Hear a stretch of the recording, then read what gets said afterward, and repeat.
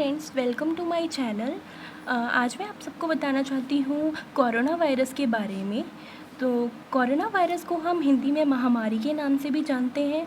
Corona virus कोविड-19 जो कि हमने पिछले कई ज़मानों में देखा है कि हम सुना होगा कि एक बीमारी थी हैज़ा नाम की, जो कि कोरोना वायरस की ही तरह बहुत ज़्यादा फैली हुई थी। उससे बहुत सारे लोग की मृत्यु भी हुई थी। तो ऐसे ही आज भी एक बीमारी आई हुई है कोरोना वायरस, जो कि अभी 2000 दिसंबर 2019 से बहुत ज़्यादा फैल चुकी हुई बीमारी है, जो कि चाइना के वुहान से सी फूड मार्केट से आई हुई है। जैसे हम जानते हैं कि जो बैट नाम का एनिमल था, मीन्स चमगादड़, तो चमगादड़ से म्यूटेट होते हुए ये ह्यूमन में पहुंची है और अब ह्यूमन से एक बॉडी से दूसरे बॉडी पे जा रही है ये बीमारी। तो हम जानते हैं कि ये बीमारी हमेशा कोई ना कोई बॉडी ढूंढ ही लेती है घुसने के लिए। अगर कोई इसे बॉडी ना मिले तो ये चली जाएगी बीमारी।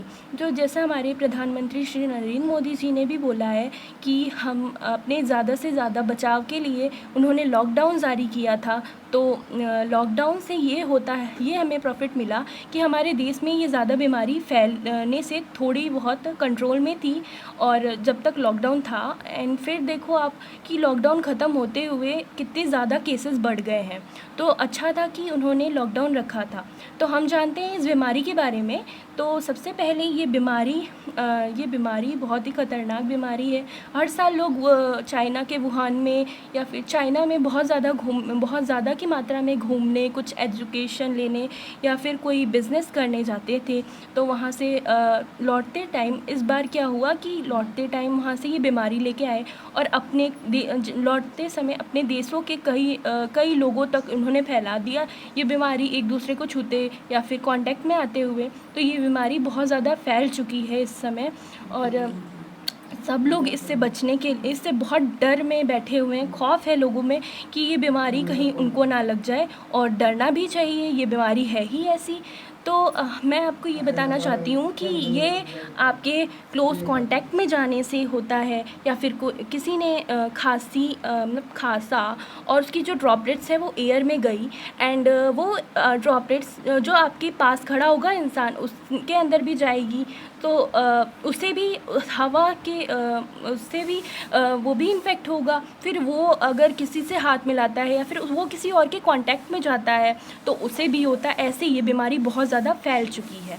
तो ये एक रेस्पिरेटरी डिसीज़ है। ये क्या करती है कि हमारे नाक से लेके हमारे लंग्स में जाती है और हमारे बॉडी के जितने भी फंक्शंस होते हैं उन्हें ख़राब करके नष्ट बना देती है।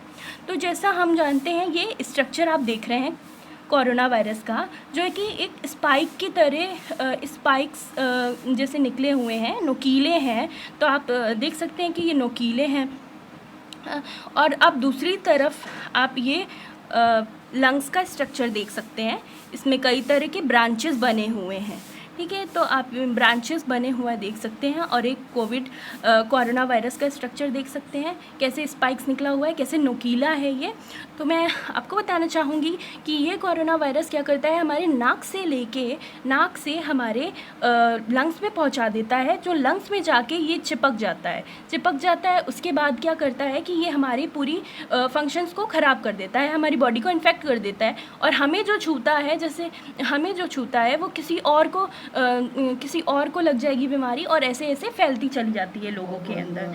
जैसे इसके बहुत सारे, जैसे कि सबसे ज़्यादा ये जो पाया जाता है वो हम अगर सतर्कता बनाए रखना है तो जो ओल्ड एज लोग होते हैं उनको बचाना, जैसे 50 to 80 ईयर्स के लोग होते हैं उनको बचाना बहुत ज़रूरी होता है, क्योंकि उनमें सबसे ज़्यादा खतरा पाया जाता है। जैसे कि डॉक्टर्स बताते हैं कि जैसे कि जैसे डायबिटिक पेशेंट हो या फिर डायबिटिक या फिर हार्ट का पेशेंट हो या बीपी या फिर कोई भी तरीके की बीमारी हो जिससे उसे और ज़्यादा बचाने का होता है, क्योंकि अगर मतलब उनको सबसे ज़्यादा ही उनमें पाया जाता है और निमोनिया के होते होते इनको ये बीमारी लग जाती है।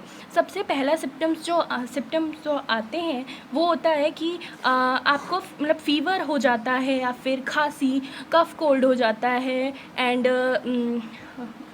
कुछ केसेस में ये डायरिया हो जाता है।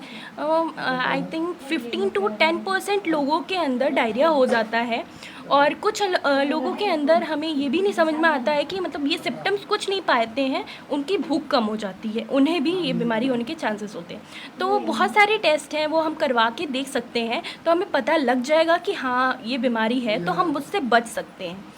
सो हमने पिछले कई उसमें देखा कि जो अमेरिका के प्रेसिडेंट थे डोनाल्ड ट्रंप, वो हमारे पीएम श्री नरेंद्र मोदी से आके बात में बोले कि हाँ आपका जो पुराना जो नुस्खा था आयुर्वेदिक का वो बहुत कमाल कर गया। और वो तो हमारे देश में क्या है कि ये हमारी ही पुरानी विरासत थी आयुर्वेदा, लेकिन कोई इसे समझ नहीं पाया। और देखो आज ही आयुर्वेदा कमाल कर रहा है। कम से कम ना कुछ ना सही लेकिन इम्यूनिटी तो वही देता है ना, आयुर्वेदा ही हमें इम्यूनिटी दे रहा है इस टाइम। और जो लोग पहले समझते नहीं थे आयुर्वेदा को, आज उन्हीं को ही क्यों ये लेना पड़ रहा है, क्यों ले रहे हैं, क्यों इम्यूनिटी मिल रही है हमें उससे। हमारे प्रधानमंत्री श्री नरेंद्र मोदी को जब बताया गया कि ये आयुर्वेदा ही काम में आई है इस समय, तो उन्होंने क्या किया, उन्होंने इस पे काम करना स्टार्ट किया। और अभी इस समय जो कोविड-19 सेंटर्स हैं तो उसमें आप देख सकते हैं कि इस समय जो काढ़ा बना के दिया जा रहा है वो हमारा आयुर्वेदिक ही बना के दे रहा है। जो आयुष मंत्रालय है उसने ही आयुष काढ़ा बनाया है। जो दालचीनी होती है और जो तुलसी के पत्ते होते हैं और भी एक्सेट्रा जितनी भी चीज़ें होती हैं वो इस समय आयुर्वेदा ही बना के दे रहा है, जो कि हमें इम्यूनिटी दे रहा है। और अभी तक हमारे देश में ज़्यादातर लोग सुरक्षित हैं तो उसकी वजह से। और मानते हैं हाँ। और अगर लॉकडाउन होता तो भी सही रहता। उस समय प्रधानमंत्री श्री नरेंद्र मोदी ने लॉकडाउन किया था, तो उसमें बहुत सारे लोगों को बहुत ज़्यादा ही कष्ट हो रहा था कि हाँ ये क्या लॉकडाउन हो गया है। अब क्यों वो लोग बोल रहे हैं कि लॉकडाउन हो गया है, लॉकडाउन क्यों नहीं हो रहा है। तो पहले तो उन्हीं लोग को था ना कि अब ये है कि लॉकडाउन था जब तक नरेंद्र मोदी जी ने ये लॉकडाउन की प्रक्रिया चलाई थी, तो बहुत अच्छा किया था उन्होंने, क्योंकि ये कोरोना वायरस को रोकने में बहुत ज़्यादा सहायक था। क्योंकि अगर हम जितना भी कांटेक्ट में जाएं लोगों के, तो ये फैलता चला जाता है। तो अब इससे बचने के लिए मैं आपको बस यही कहूँगी कि ज़्यादा से ज़्यादा लोगों से दूरी मेंटेन करके रखें, डिस्टेंस मेंटेन करके रखें। एंड जिससे भी खांसी या फिर फ़ीवर है उसे तुरंत दिखाना चाहिए, डॉक्टर को टेस्ट कराना चाहिए, तो एज़ वेल जल्दी पता चलेगा एंड इसका इलाज कर सकते हैं। और आप जितना से जितना ज़्यादा हाथ धो, सैनिटाइज़र है या फिर नहीं भी है तो कोई बात नहीं है, आप उसे हाथों को एक नॉर्मल साबुन से ही, एक नॉर्मल सोप से ही बहुत बार धुल सकते हैं एंड आप सेफ़ रह सकते हैं। So stay safe, stay home. Thanks.